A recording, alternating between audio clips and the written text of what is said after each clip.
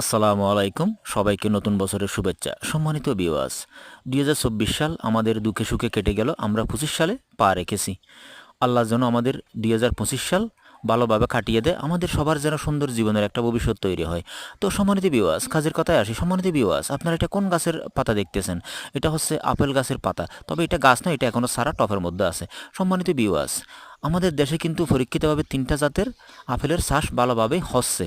তার মধ্যে একটা হচ্ছে HRMN99, আরেকটা হচ্ছে এনা আপেল, আরেকটা হচ্ছে ডরসেট গোল্ডেন।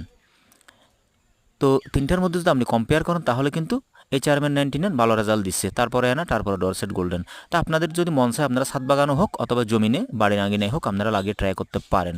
এখানে একটা গুরুত্বপূর্ণ কথা না বললেই নয়, তবে সারা কেনার পরে যদি আপনারা 3 বছরের মধ্যে কোনো ফল নেন তাহলে আপনাদের গাছটা গ্রোথ হবে না।